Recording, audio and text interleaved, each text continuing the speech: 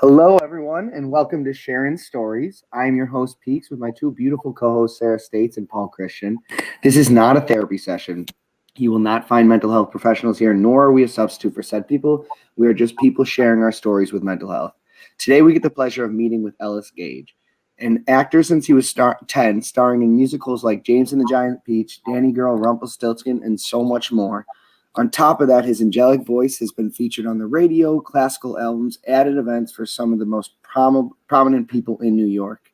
It doesn't stop there for Ellis, though. He does a lot of equity work within the industry as well, with organizations like Theater Industry, Political Action Community, and the National Asian Artist Project. Though he has been featured in our mini stories on Instagram, I could not be more excited to dive more in depth into his life.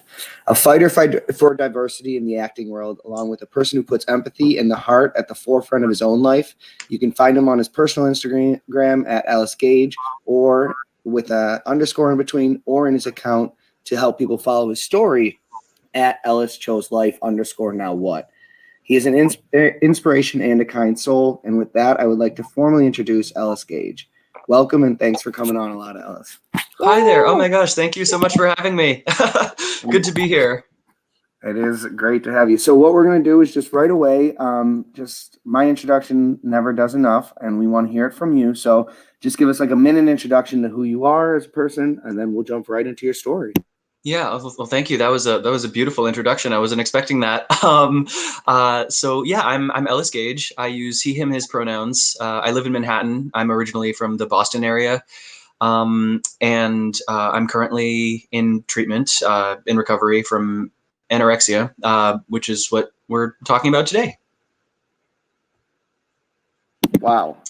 Currently in treatment. So this is very, very much happening as we're kind of talking about it.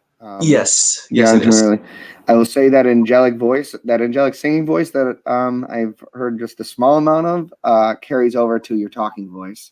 It is very I appreciate soothing. it. Very soothing, very smooth. But with that being said, I'm going to give you the floor to send that talking voice out as much as possible. So just take it away with your story, and I'm so excited. Yeah, absolutely. Okay, thank you so much. So I'd just like to start by putting out there, I will be talking pretty in depth about this illness and the behaviors that go with it, in case that's something anyone would like to avoid. However, I can say that no numbers pertaining to weight, calories, clothing size, fasting lengths, vitals, etc. will be disclosed. I know this can be triggering and spawn some unhealthy comparisons.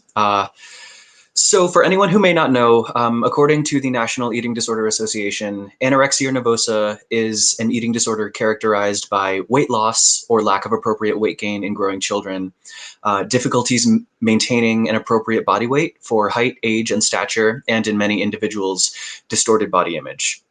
People with anorexia generally restrict the number of calories and types of food they eat. Some people with the disorder also exercise compulsively, purge via vomiting and laxatives, and or binge eat.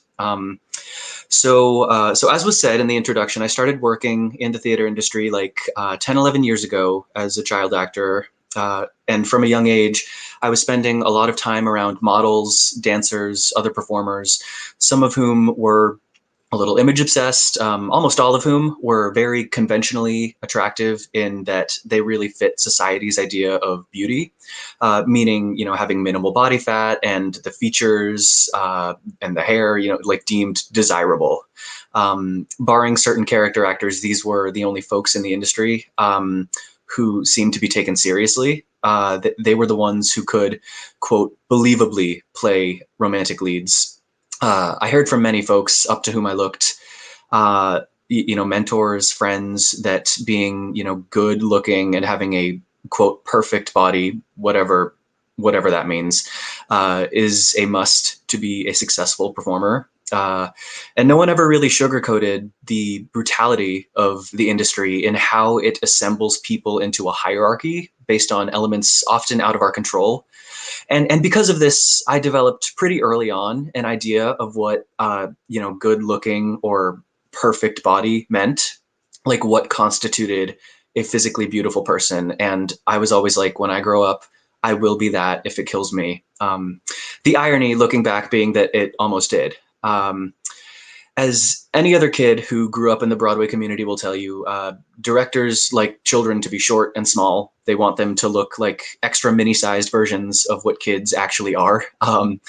There was this culture among some young actors' parents, in which mine fortunately never engaged, of underfeeding these children so that they could stay 4 feet tall, petite, and looking like they could play Tiny Tim or Oliver Twist into their teen years. Really horrifying stuff.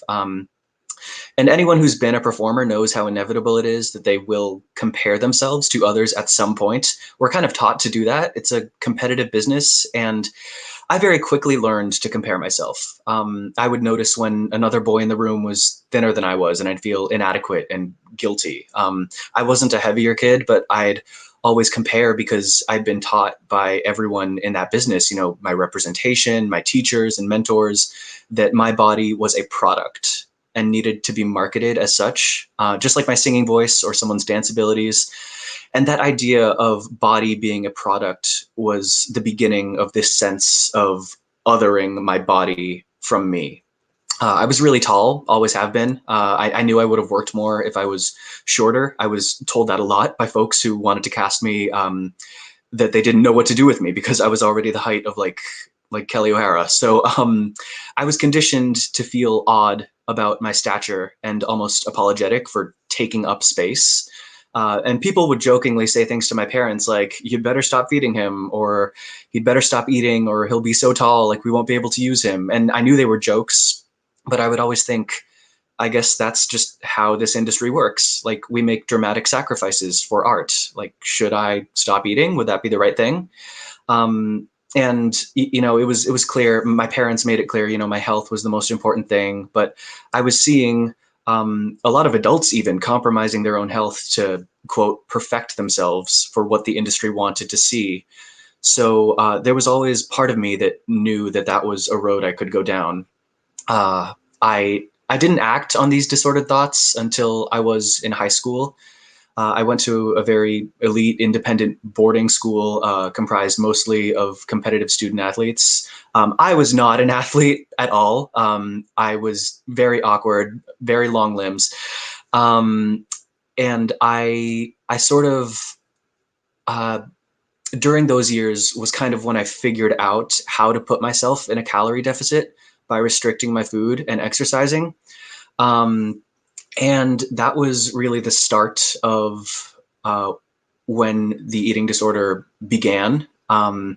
But what was kind of a saving grace about that was that as soon as it was pointed out that I was hurting myself, that I was causing physical damage that could really come back to bite me, I stopped, and I, you know, really worked on trying to eat sustainably and in a way that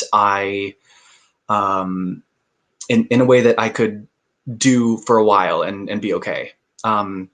So after high school, I started to get work again after I graduated. When I was 17, some coincidences and existing relationships landed me on a contract back in the city. I got a tour, and then from there, I sort of never stopped. I was really quickly re-immersed into my old community, but now as this new adult person, almost too quickly. And in addition to performing on the stage, I was modeling as well. So then, like at age 17, 18, in an effort to look as good as possible, I started to restrict my food a bit more than I really should have. And I started to exercise more often and more compulsively. I did try to hold myself accountable to eating a certain amount every day, an amount that I thought was healthy and sustainable. You know, turns out it was not. I lost so much weight that I fell into the underweight category, but I wasn't upset about it. It gave me a sense of pride and accomplishment. Um, Being young looking but a legal adult, I was always playing the teenage boy, the son in high school, the kid with a coming of age story. And I felt this pressure, like I had years prior, to make myself look and appear as young as possible. The new factor was that I now knew how to do that. I'd learned the tricks in high school, and I knew that eating less would keep me scrawny and youthful. And that really added to the pressure I felt to be the thinnest I could possibly be. For anyone who's not familiar, there is this method categorizing actors in the industry called type, and it's honestly kind of toxic. I'm surprised it's a thing like in this century. Essentially, an actor's type is the mold that they fit and the type of character they are told they are capable of playing, in large part based on appearance. There are factors that go into it like personality vibe and vocal range for musical projects, but a lot of times type will be like the cute, innocent teenage boy, which was the one I was sort of in, or, like the pretty, pure leading lady ingenue, or like the strong leading man, or the funny fat person, or the alternative looking quirky friend. And what is so often done by casting folks is putting human beings into these boxes. And in turn, actors are expected to identify a box and fit into it. People would compare me a lot to other young actors who sort of look like me from like teen rom-coms and coming of age dramas, claiming that like I physically channeled their allure and that these traits would keep me, quote, in high demand.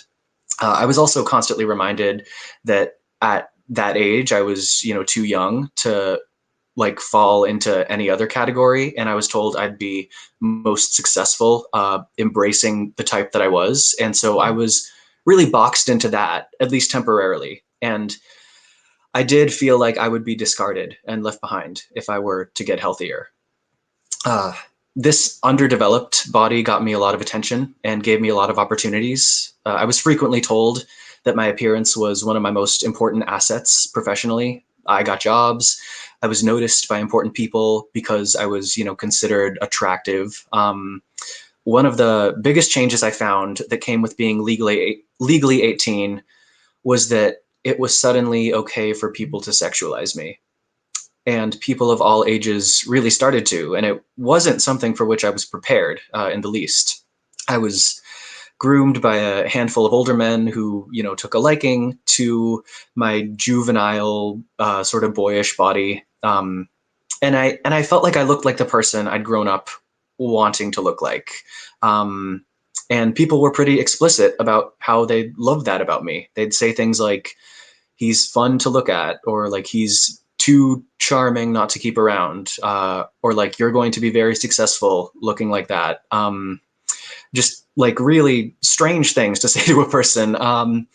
People thought my underweight, almost prepubescent body was very beautiful.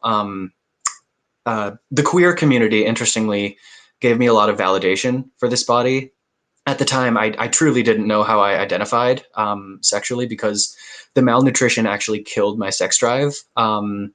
It was a confusing time in my life, but the gay community specifically rewarded me with affection for this body, and really made me feel like I was on the right track for having this eating disorder. So essentially, upon entering adulthood, my worth and my appearance became linear, and that's how I started being a grown up. Being like I don't know who's heard the phrase skinny legend, but it being called that was like euphoric and gratifying in a world brainwashed into seeing thinness as a virtuous sign of savvy and self-control, particularly in circles that perpetuate the idealism of that body type. It was power. It was an advantage. I was privileged in ways that I was learning about in real time as it was happening to me, and I had no intention of letting that go. As time went on, I found I had to restrict my food more and more to stay as thin as I was, because when you're putting your body through constant restriction, it kind of stops working and your metabolism changes in such a way that it tries to hold on to what little fuel you're giving it. It was a really vicious cycle. Like, I got this addictive social, professional, and sexual attention, which made me feel valuable.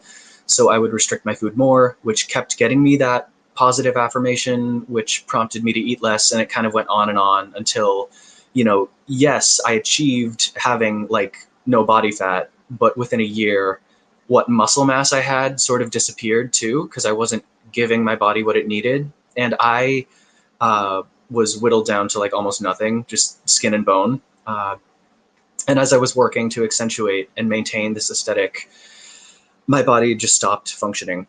My stamina disappeared and I became incredibly weak. I remember realizing at one point that I couldn't open heavy doors in public. That was a moment I was like, something's wrong. This is not okay. My heart rate slowed to the point that I stopped sleeping for more than like 2-3 hours per night. And by the way, not sleeping is like the quickest way to go insane. My ability to breathe properly and sing grew limited, which really sucked because I'm a singer. I was freezing cold all the time. I remember I was so cold in a theater I was working at. I could barely get through performances. I did start fainting, and that led to numerous injuries. Most notably, I began to feel constant burning pain in my stomach. I started long-term fasting, which means not consuming calories for X number of days, and dry fasting, which means like no food or water, and these are supposed to accelerate fat burning. Then the more I fasted, I found that my mind started to go as well. Like I couldn't concentrate. I was disoriented. I was struggling to get through 2 show days, and I could barely pick up any footwork. And I just kind of became numb and emotionless. I didn't realize that my behaviors were killing me, but I could feel it. I'd rationalize these dangerous patterns with disordered affirmations like, I have to look this way. It's my brand. Most actors or models have eating disorders anyway. Like it's how we stay in the club. Or like, yes, the world is broken in how it values humans, but I'll break with it so I can thrive within it. Um, as the stomach pain got worse, I was tempted to eat more than I was allowed. So I switched my iPhone wallpaper to the expression "beauty is pain" because that's something I almost swore by at the time. I started to follow like other male models who had similar body type to me, and I'd look at them as motivation to continue these anorexic behaviors. I'd be like, that is beautiful. I had better not give that up.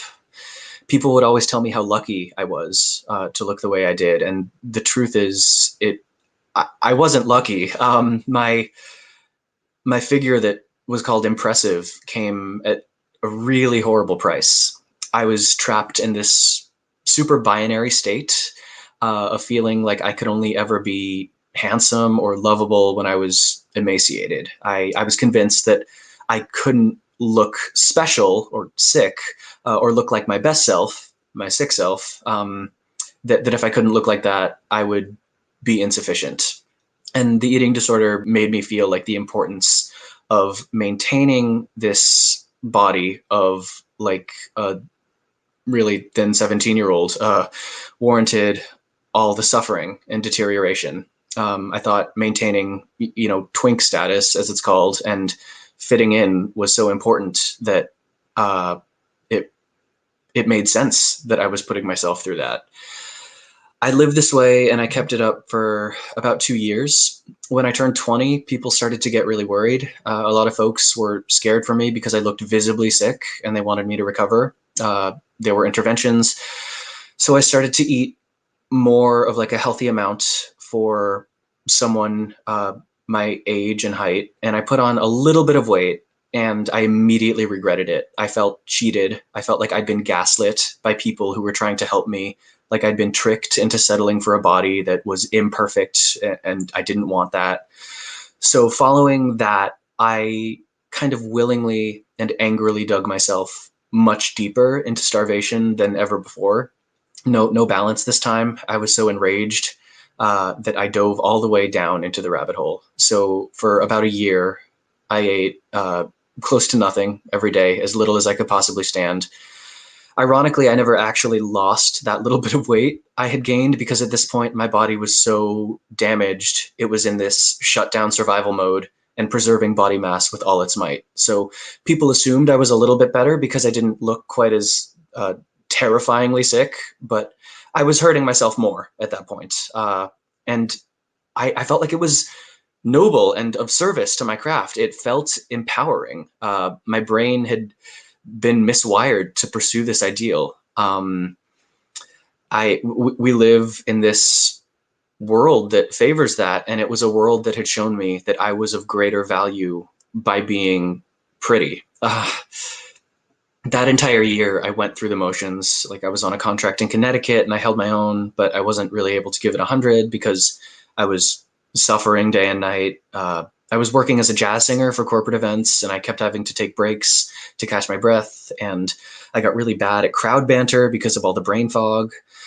Once the pandemic hit, I did some virtual work, but the pain was just getting worse and my energy was just at zero. So whenever I had the option, I was just laying in bed most of the time doing nothing. And that's what life looked like. It wasn't life. It wasn't life at all. I was dying. So predictably, this past summer, right after I turned 21, I was hospitalized and admitted to a rehabilitation center. I'd been kind of violently starving myself, and medical complications had worsened.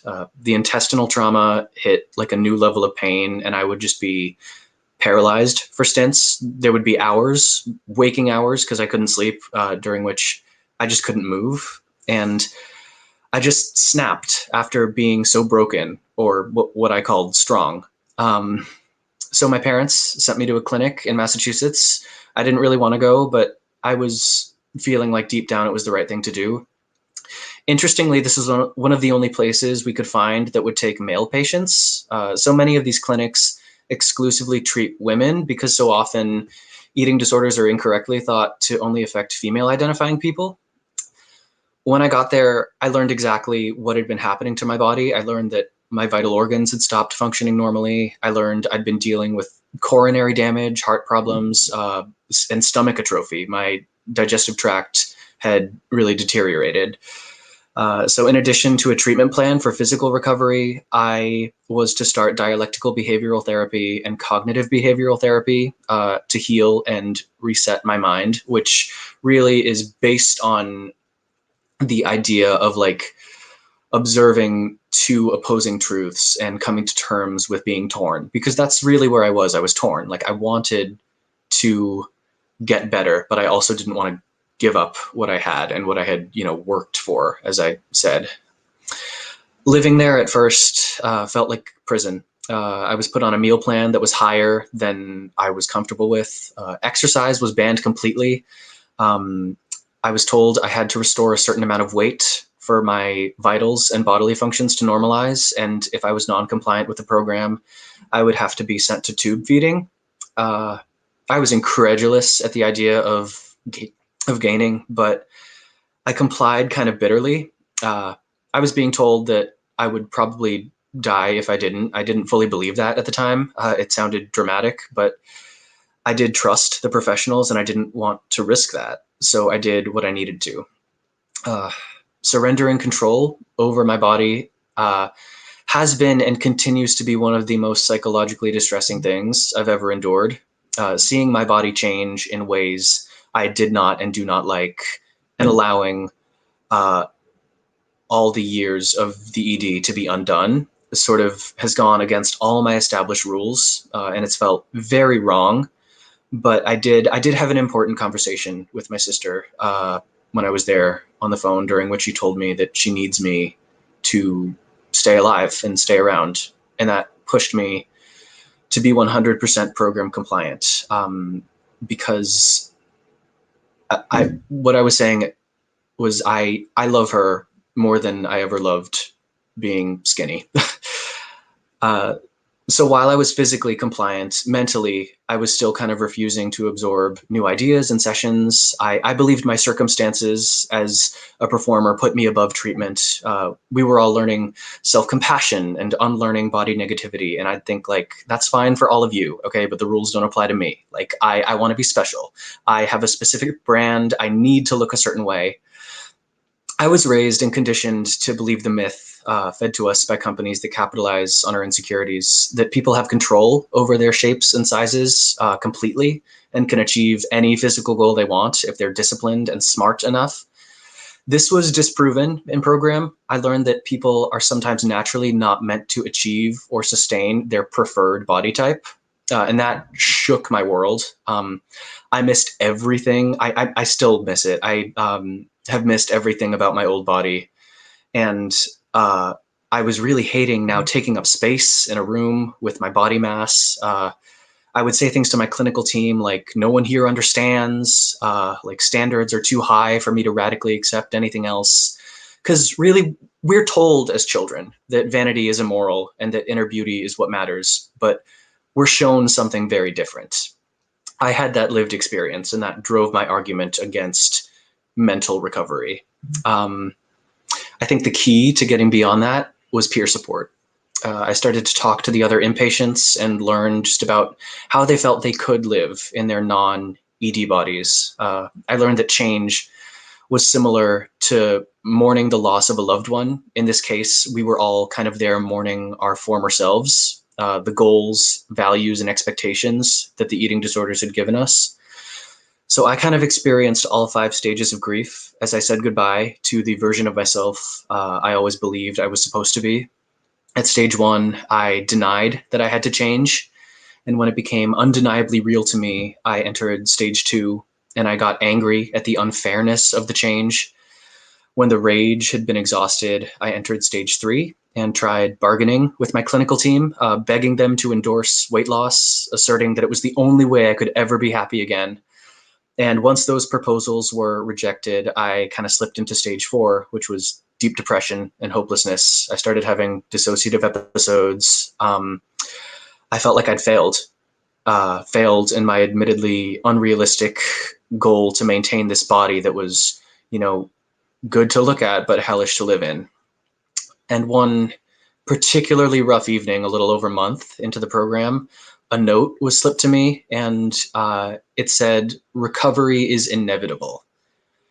And with that in mind, I was able to move into the 5th and final stage, acceptance, with that simple fact check. Because, why? I was thinking, would I want to torture myself, prolonging what ultimately needs to happen and will happen? Even when my brain and body want different things, my body ultimately holds my brain hostage. The brain is the resident of my body. And my body needs to get what it needs or it gives out. And just acknowledging that kind of changed everything, and the real work could begin. It was a big storm of emotions and worldview redevelopment, and it was traumatic in the most neutral of in the most neutral way I can use that phrase. Trauma is just any situation in which your reality is kind of shattered, and that's what was happening there. The rest of my days in rehab were intense and exhausting and frustrating and transformative. No thought went unjournaled.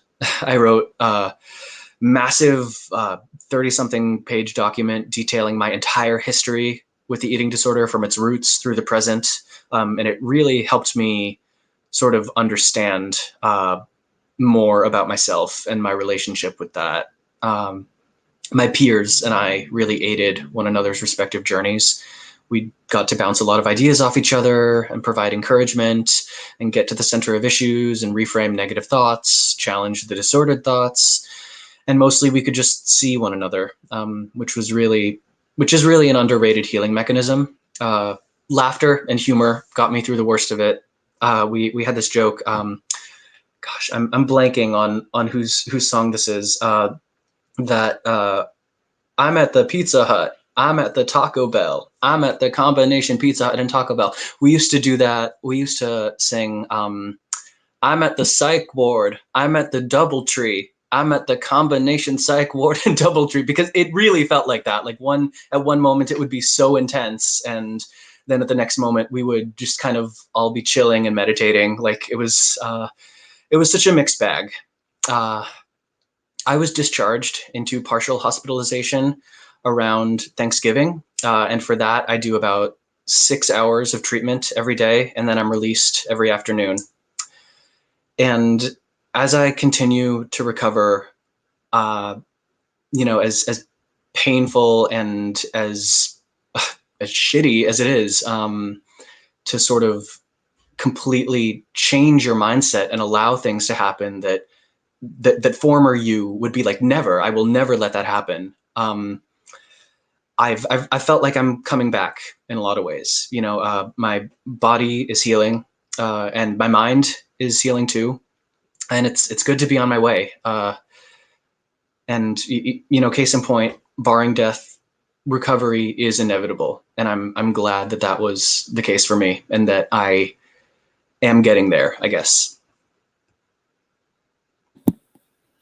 Wow. Thank you. There is so much to unpack here, and I really love how you still kind of understand that you do miss where you were, and it's not like this recovery is easy. You know what You're I always still say about struggling. sorry Keep going. no, what I always say about that is that beauty standards have created this real hierarchy. It's kind of a system of oppression, and the way that I am ambivalent about that is, both wanting to topple that system and take it down, and at the exact same time I also want to be at the top of it. Like, I want to like I want both at the same time, and I'm just really needing to do the work to sort of remind myself that, like, trying to be on the top of it is what's going to lead you down a very bad road. And you plan on staying in the industry, correct? I do actually. When I was there, a lot of my clinical team sort of recommended over and over again that I leave the entertainment industry because how vulnerable I have proven to be to its toxicity. But that's kind of not how I roll. I think instead of running from this flawed world that I love, I think my only option is to make it a better place. Like, I feel like I just need to challenge, the way things are, and start demanding physical diversity in the media we create and beyond. I've been unpacking how humans have been subtly manipulated into idealizing specific physical standards. And I think it's time to have this conversation and make a more sensitive, inclusive world for the next generation in the way that I know we're really trying to do on a race and cultural level. I don't want any more performers, whatever next generations come, to be perceived as or feel like they're less than for living healthily. Yeah. Like I thank you for sharing your story, and it's like it reminded me of my friend who like I wanted to ask for your advice because I had a friend who's also a model, and like I see him and I hung out with him all the time, and only see him eat like a salad in like Uh-huh. 24 hours, and Mm-hmm. then and we would go out and have dinner, and he would be, and I was like, "Oh, do you want anything?" He would be like, "No, I'm just gonna go drink alcohol, and that's how I'm gonna fill myself up." And I wanted to ask for your advice, like how do I approach him to kind of like live a kind of like healthy lifestyle without kind of like offending him or anything? Like, how do I approach that? Like, coming from you from the industry. Of course. That's a very, very hard one. Just today, I learned, you, you know, be, I was living with a lot of other people who were going through the exact same thing. So, like, frequently I hear about people who get sent back, or who have to, go to tube feeding, or like who are really on the brink of death. And I feel really powerless a lot of times, because having been on the other side, I'm like, no matter what I say or what other people say, like, they're not going to listen. They're not going to take advice, because eating disorders are nasty. They are strong. And so I've sort of had to remind myself that I cannot hold myself completely responsible for another person's health, because they will, like I say, recovery is inevitable. Like, they will get there. I think if there is some suspicion that they are a danger to themselves, like, that is when an intervention is necessary. That's kind of what happened to me, and I'm glad it did. I was really, really resistant to getting help or changing things.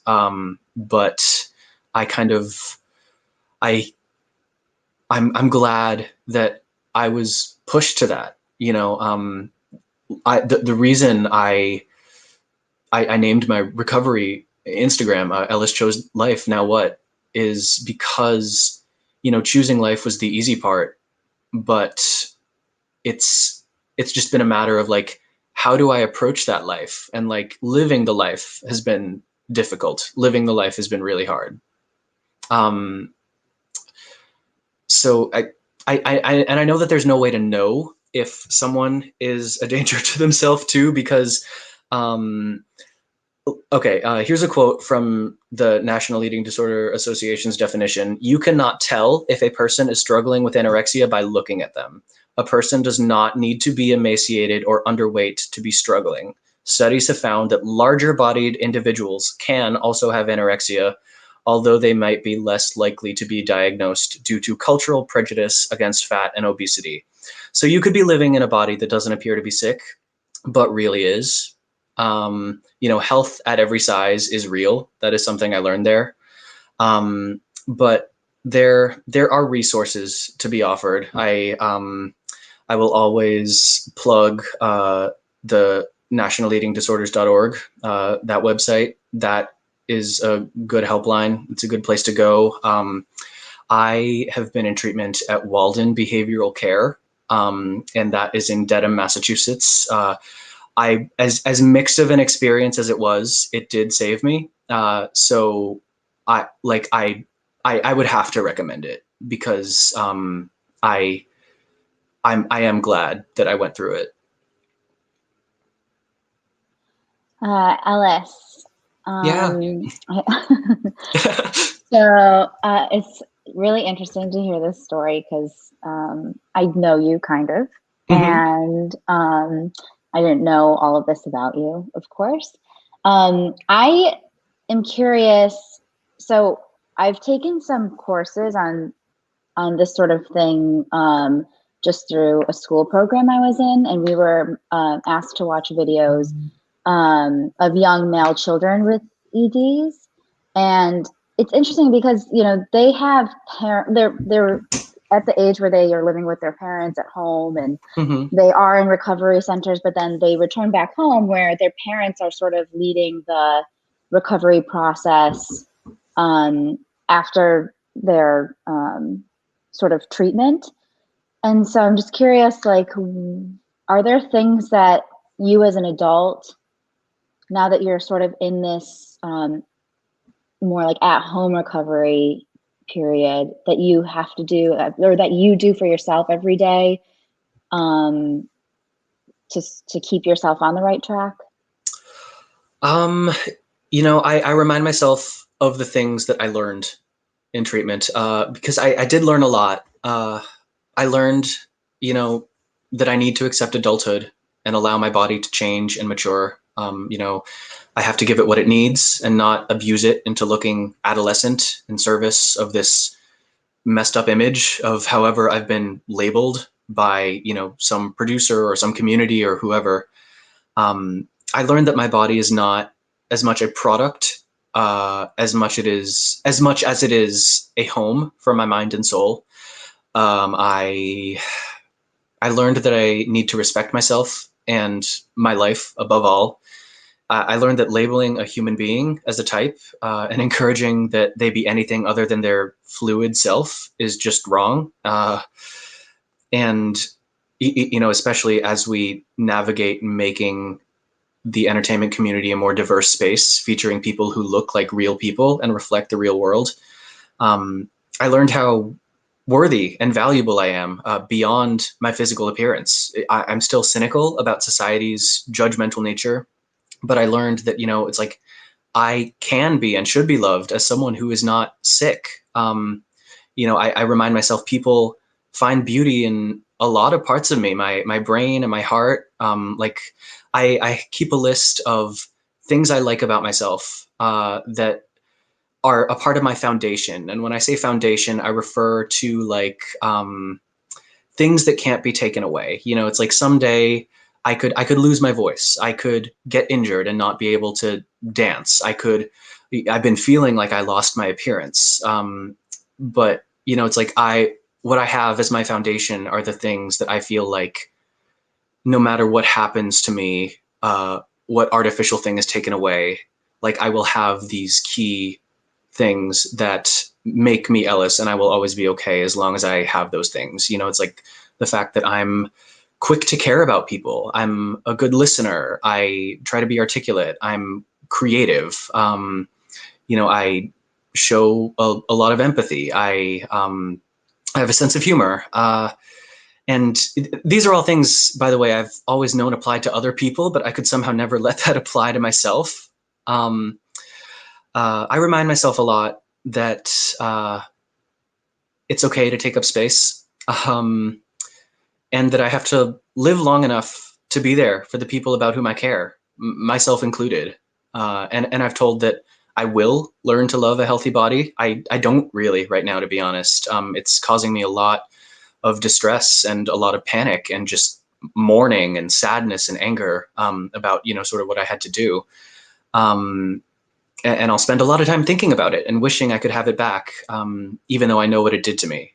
I can ambivalently honor the joy and sense of identity it brought me, as well as the people it brought into my life who might not have maybe paid attention otherwise. And also acknowledge that it was a very bad thing and that I cannot engage in those behaviors again. One other big thing is still peer support. You know, I keep in touch pretty closely with the people I met in treatment. You know, last night my friend texted me and she was like, "Hey, I am getting major anxiety," and I was like, "Let's FaceTime, let's eat cereal together."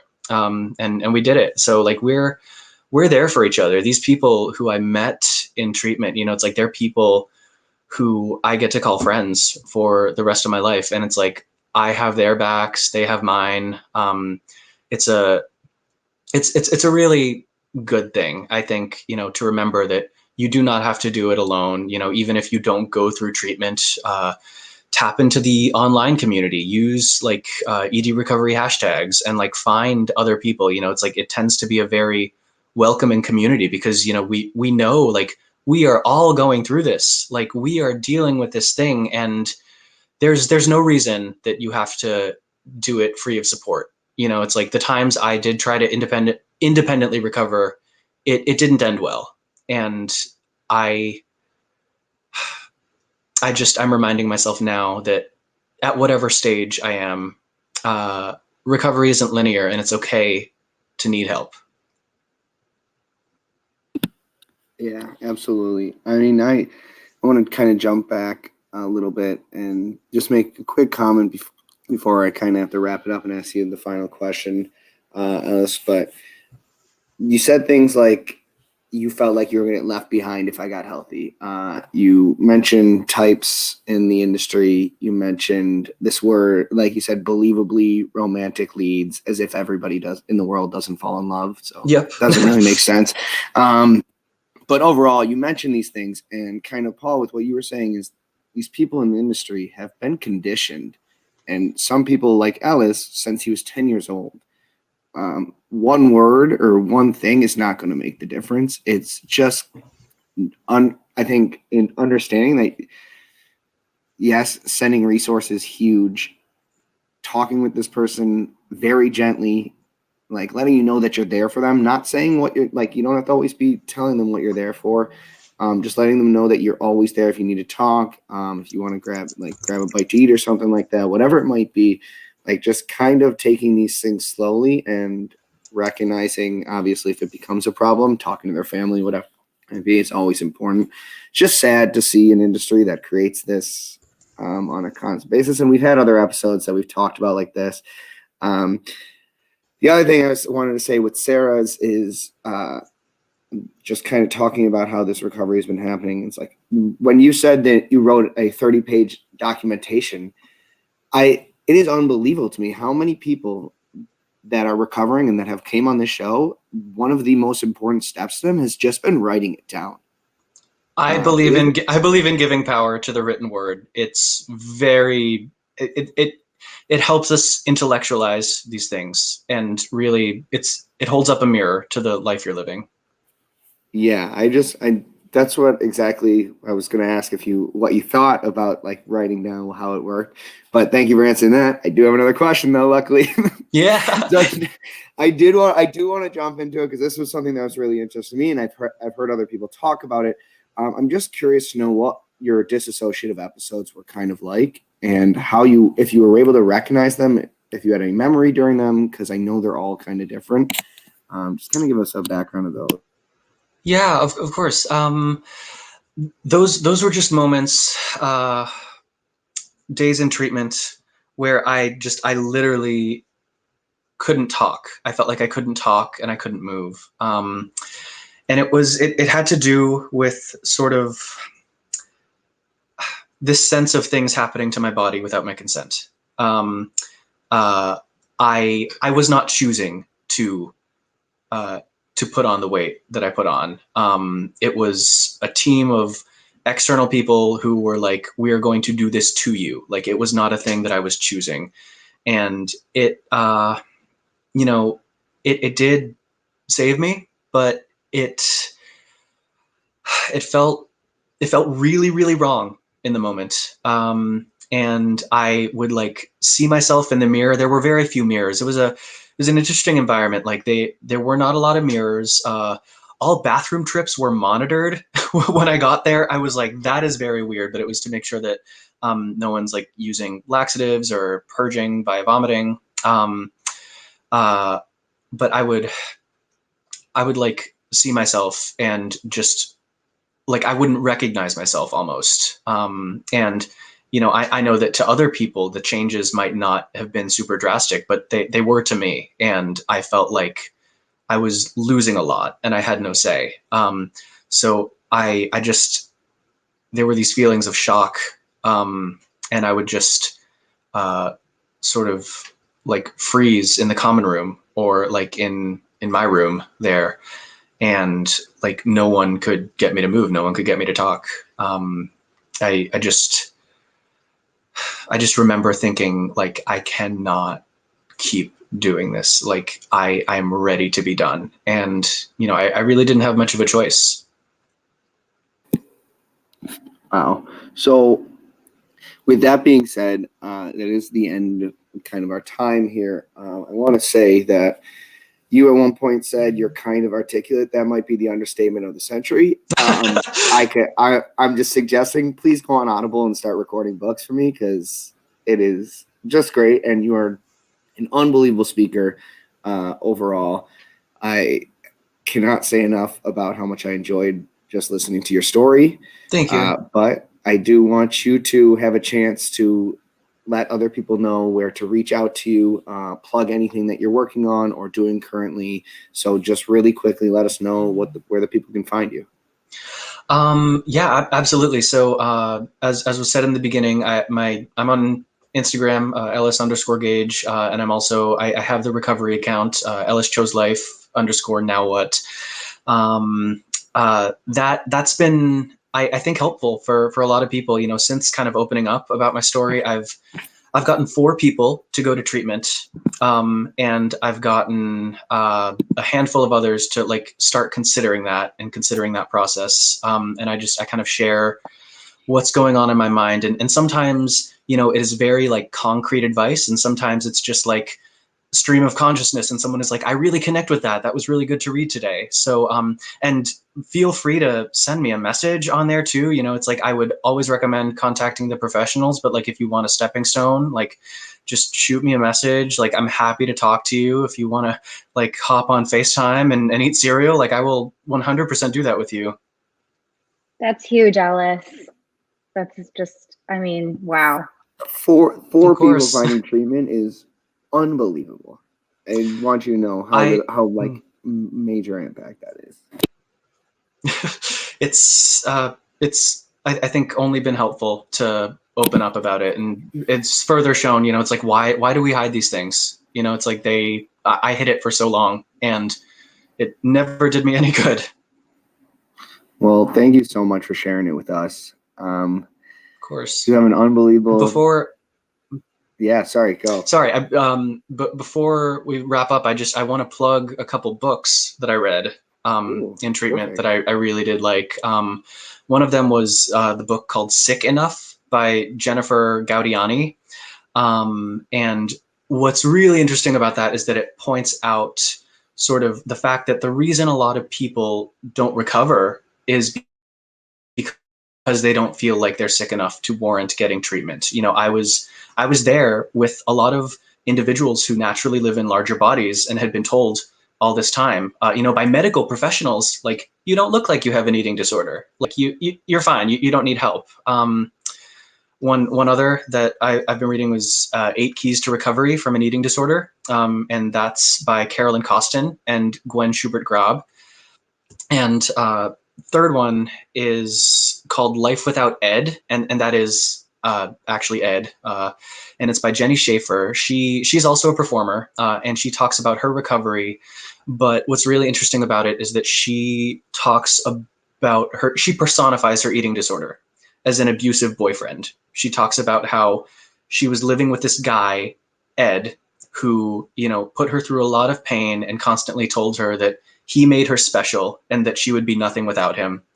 And it's a really, really interesting take because she kind of explores how she separated herself from her ED like she separated herself from an abusive relationship, because it is an abusive relationship with yourself, with your disorder. So I highly recommend those 3 pieces. Awesome. We will make sure that we put those names and titles at least on the episode under the in the captions or anywhere that we're kind of posting something, just so people have that reference as well in case they didn't catch it during the episode. Thank you so much once again, Ellis. It was a pleasure. Thank you all of you for listening. It's always a pleasure to host these, and we hope we can continue to turn that mental health into mental wealth.